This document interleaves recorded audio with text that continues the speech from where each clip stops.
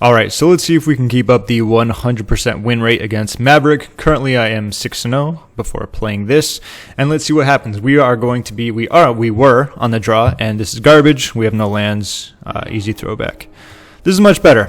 At the time when I was first playing, I didn't know it was against Maverick, keep in mind, but this isn't bad at all. Obviously, we can ditch an island, we got a Ponder, we got a Spell Pierce in case they do anything funky in the first couple of turns, some movement. I like this in terms of a mulligan. Obviously, we're throwing away an island there.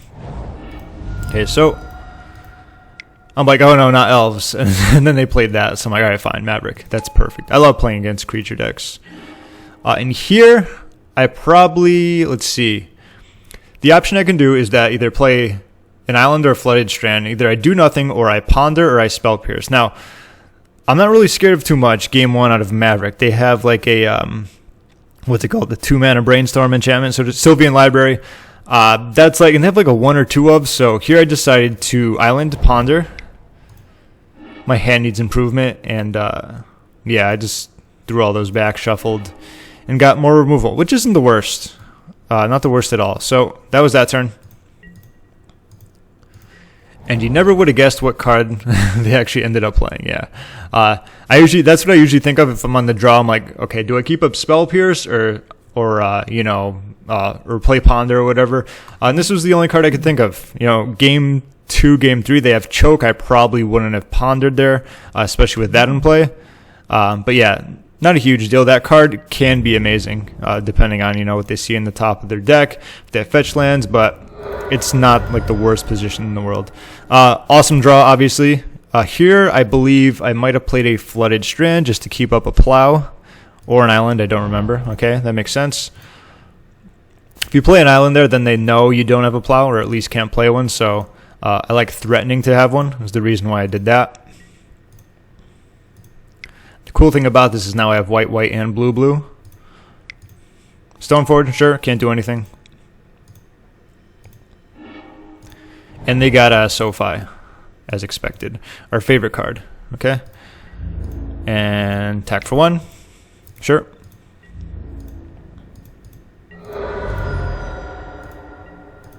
And what we draw off the top, Stoneforge. Okay, so here I can play True-Name, but they're going to have a Sword of Fire and Ice. Let's see, they have 1, 2. They have 4 mana.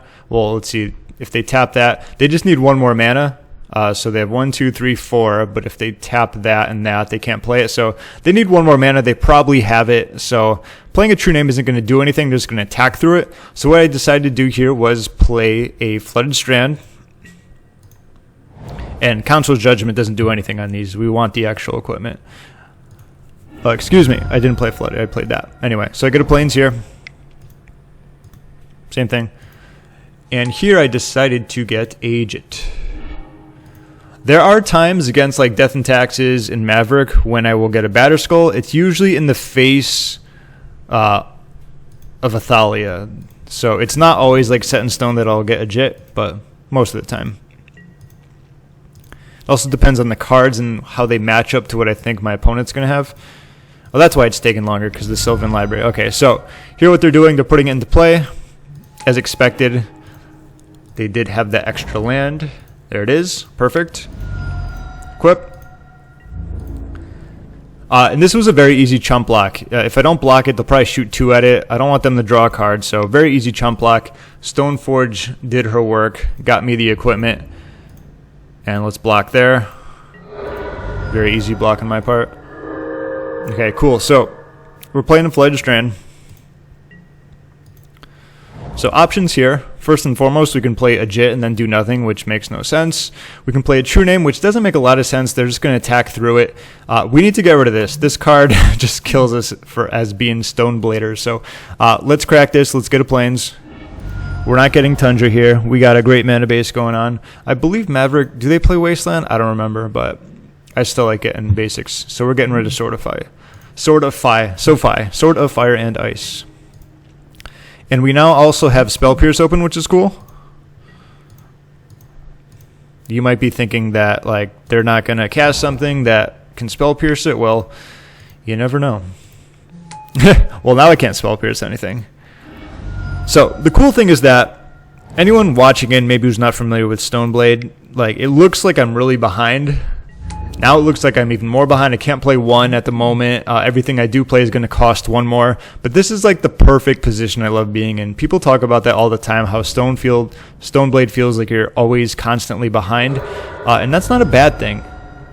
I mean, really it is control, especially when you have True-Name. It can just, block so many creatures. So here, first and foremost, what I'm going to be doing, playing Flooded Strand. All right, hold on. Let's figure out these options first. I'm not going to be doing that. So what I can do actually here, I can play a True-Name, and when I do that, they're not going to be able to attack. So that's going to soak up a lot of damage. And let's see if I did do that. I believe I did, yes. Okay, cool.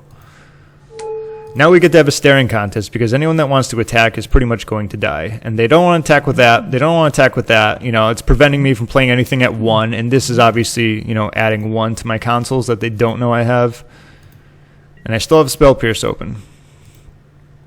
So I really like the position that I'm in currently. Knowing that I have this in my hand, knowing that I can use removal. 4. And green sun for 2. Unfortunately, they have mana there and they have mana there, so I cannot Spell Pierce that. And now we just stare at each other. It's a lot of fun. Okay, that was an amazing draw. You might be saying, well, James, they got Sanctum on 1. Yes, they do. And they have this to kill Jitte, and this is going to make your mana cost a ton. But this is why we play the deck, because there's always outs for the most part. Here what I want to do is, obviously I can't cast this, I can't cast this. If I play this, they're going to sacrifice and kill that, so I don't want that to happen. So what I want to do here is actually, first I want to kill the Sanctum. Okay, then that's going to open up my swords for the next turn. So what I decided to do, it's pretty much like the only thing I could do, but there's also the choice of who you want to get rid of. So here I went with Sanctum. Let's vote them off the island. They're not allowed. They cannot come back. They're exiled. And they're just going to, yes, do that. Yep. Still getting some value out of that. All right, now here is where I think my opponent made a very big mistake. Notice they're tapping.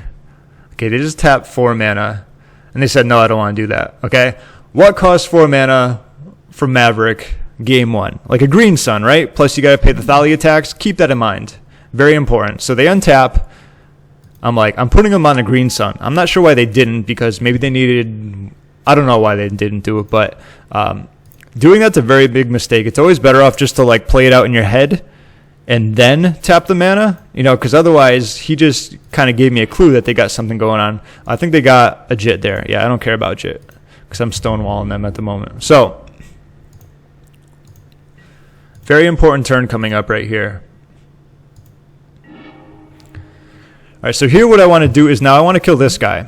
I can't play my Jitte because they're going to sacrifice that and blow it up, and that's not good. Okay, so what I'm actually going to do here is I'm going to tap Plains and Island. That way I can still have Plains, Island, and then this can be either or, so I can threaten like a Counterspell.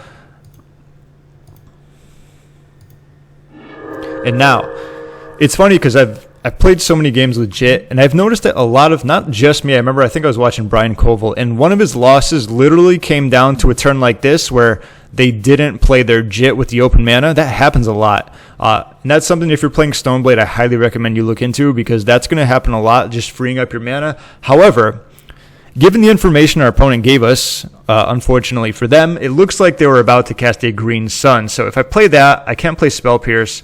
And I really would like to get some value out of this. Plus, if I don't play Jitte this turn, it's going to cost me 5 to play and equip it. And I have 5 mana, so I am completely cool with doing nothing. So I just passed the turn. Oops, I hit 1, as if I'm playing. I didn't hit the, yeah, you know what I mean. There we go. So, they can have that. Don't care about it. Sure. Okay, let's get past that. Move to main. 3, 4, and only 1 extra mana open. What do we have here? Thanks for the Thalia tax. I appreciate it. One of the easiest spell pierces ever. I don't know what the 2 is. Maybe they had another Pride Mage or whatever. I don't know. But that over there, I'm not saying it like could have lost them the game, but that was a very big misplay on their part, just kind of giving a hint. I mean, like, I could have played that Jitte out, but because of that, like, it was 100% sure I was not going to be, and they really paid the price for that. Sure. Okay, so Tundra. Now we have actually 6 mana, so what I'm going to do is I'm going to play the Tundra, and I'm going to make sure I tap this. I forgot if they play Wasteland, but in case they did, I don't want to not tap this and then them wasteland it, and I can't play a Spell Pierce if I need to. So this can also get an island or plains, and I play 3 plains, so I can always, you know, threaten having both of those. So I tap the Tundra here, and let's equip that. They have no mana open. They are completely tapped out, and let's attack as expected. A true name with a Jitte, and we're attacking, of course. Yep. Okay, so now the question comes, do we kill any of these? The only bad thing that happens is that if I don't kill Thalia and they draw Karakas, they can bounce it. I'm okay with that. I was more worried about them, you know, maybe trying to equip an attack. If they were going to do that, then I probably would have killed the creature. So at this moment, if they want to get a Karakas and bounce it, you know, they are more than welcome to do that. So I didn't kill anything right off the bat. I was more concerned with what else they could have. Sure. They do play Wasteland. Okay, so I'm glad I tapped that. Not like I can play Spell Pierce anyway, but...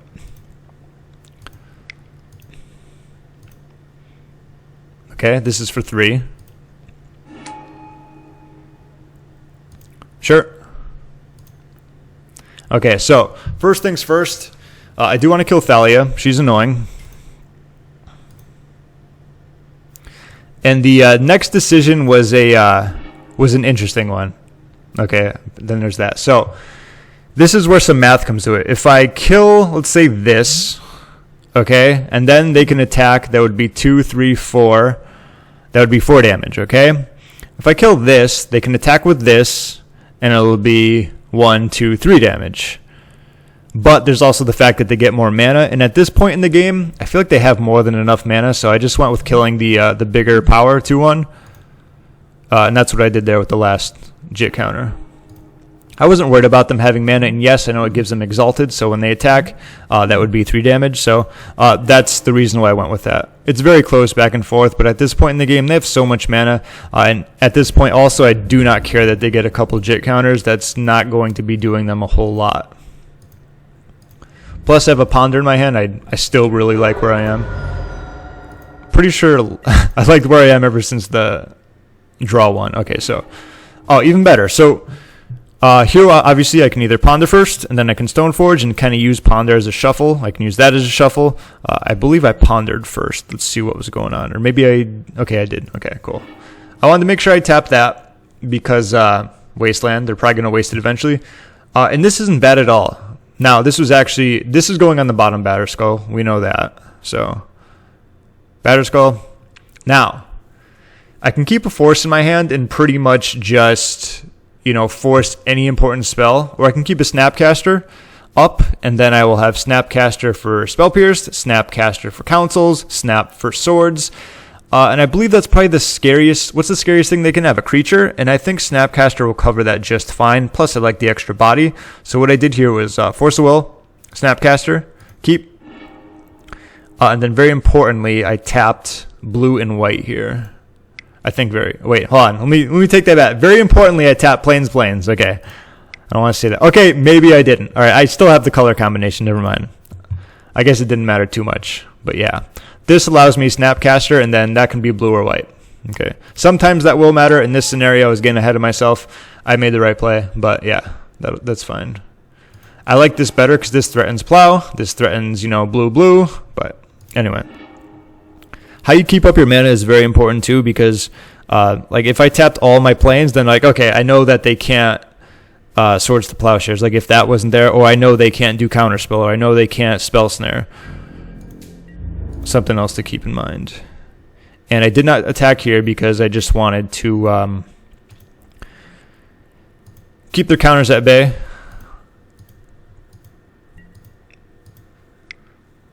Sure, do not care at all.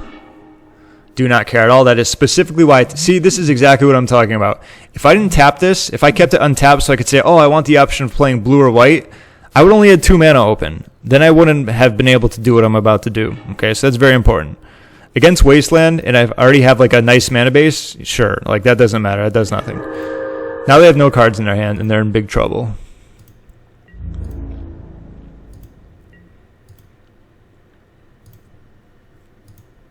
Okay, very important here. Fetching planes. Okay. This is the only way to tap, obviously. Blue-white, and then... Yep, they know what was going to happen. Here I was going to Swords the Bird because that has flying, and that's not good. That can get through with the Jitte. But that was going to kill that, and then I was going to play Batterskull. 1, 2, 3... Yeah, and that was pretty much it. I feel like that was an early concession. I don't know, maybe they don't have any more like kill artifact cards, but... I always love playing stuff out. Apparently, a lot of times my opponents do, and I have no problem with that. If they want to concede kind of early-ish, this wasn't that early, but there's been plenty of games where they do. I'm fine with that. Anyway, let's go to game number 2. All right, so game number 2 on the draw, of course, since we won. And this is a really solid hand. And yes, I like keeping back to basics in against Maverick, against Death and Taxes, against Goblins. Despite the fact that they can get away with getting around back to basics, they still have a lot of shenanigans, especially in Death and Taxes. They got ports, they got wastelands, and tapping those can be very valuable. And they don't have, especially in Death and Taxes, they don't have fetch lands, so it's very random the type of land they're going to get, so that's extremely valuable. I also like keeping in against Maverick. Anyway, that's just how I like playing. But I'm keeping this. This is awesome. Second turn Stoneforge, or, you know, if I get a mana, I got second turn Counterspell. I can do back to basics. I got Force backup. This is a really awesome starting hand. I love this. Plus, I got 2 mana, so that's always good. Let's see what they got. Always happy with that. I don't care about their mana accelerators. This is great. So here, either I played a Flooded Strand or a Delta. Okay, that's cool. If they have a choke, you know, I'm countering that. I'm aware that choke is a... people love bringing that card in. Nothing. Wow. Okay, so since they did nothing, like, they got to have... You know, like what? What do they have there? If they had a knight, they would have played it, right? If they had, I don't know what they're looking to do. So I do what I normally do. I played my Polluted Delta, and I played this because I should have played this. Okay, cool. I can fetch blue with that for Counterspell, and then I'll have white right here. So I want to make sure I get my land kind of locked down and secured for future plays. Like how you fetch and what lands you play make a very big difference in this deck. Especially this deck, especially a lot of decks, obviously, but it's just something to keep note of. Okay, so 4 mana? 3 mana? 1, 2. Perfect. Okay, as expected. Probably getting a knight. I don't care what they're getting, I'm countering it. The fact of the matter is that. See, I can't tell you how many times I play against decks where they'll be like non-basic, non-basic, non-basic. This will happen, turn 3, back to basics, they'll concede. That didn't happen that way, but that's fine. At this point, Force of Will is just going to be pitched to back to basics. So it's not like, it's not killing me. That's not the worst draw either. So now, what I can do, obviously I could play back to basics. Oh wow, they're going to be losing out in a Savannah. They'll still have 3 mana. That's kind of like a waste of turn, and it is going to be, you know, pitched to Force of Will. Even though it seems kind of obvious, you always want to look over your options because sometimes they could be pretty good to do. So here I'm probably going to play a Plains. Let's go ahead and play the Plains, make me look good. There we go. The reason, because I want to save that for a Brainstorm or a Ponder, okay, to make it more effective, which is the reason why I didn't play that and fetch a Plains. Okay, we're getting the Jitterbug, Umezawa's Jitterbugs. Okay, let's see what they got here. This is actually the first time I've seen this or played against this. So you may cast creature spells as though they had flash. That's not bad. Until next turn, up to 1 target creature gains. That's all right. And then you got, look at the top 3 cards of your library. Library, exile, 1 face down, rest on bottom. So pretty much, I don't have any creatures coming out anytime soon. They're going to get some nice advantage from that. So I decided to force that. Not the scariest thing in the world, but you know what? That back to basics isn't doing all that much. And next turn, seeing I have an extra land in my hand, we're going to get to go to work with this Jitte. Not a bad draw. I do bring that in against Maverick for all the green suns. I feel that's a worthy card to bring in. Got white here. tapping double white first so that I can, you know, hold up a counter spell if I need to. If I need to threaten one for that one specific time where I don't think they can do anything, but it's just habit by now. And let's attack. Now here what they did is a little pump fake, like a pump block, like I'm going to block this and then, nope. Usually when someone does that, I've noticed, is that like, I think they want me to think that that's important, so I'll waste a counter on it. I think that's what that means, because usually if they're not going to block, they're just not going to block. At this moment, they already have 4 mana. If they have a 5th one, that's fine. I have a Force of Will, so I did not kill this. I don't care about this card. It's not doing anything.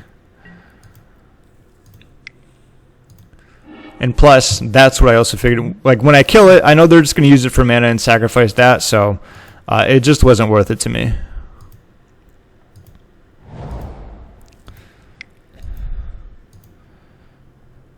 And let's see. So I don't have any answers in my graveyard, so this is just one of those, like, protect the king, protect the queen at this point.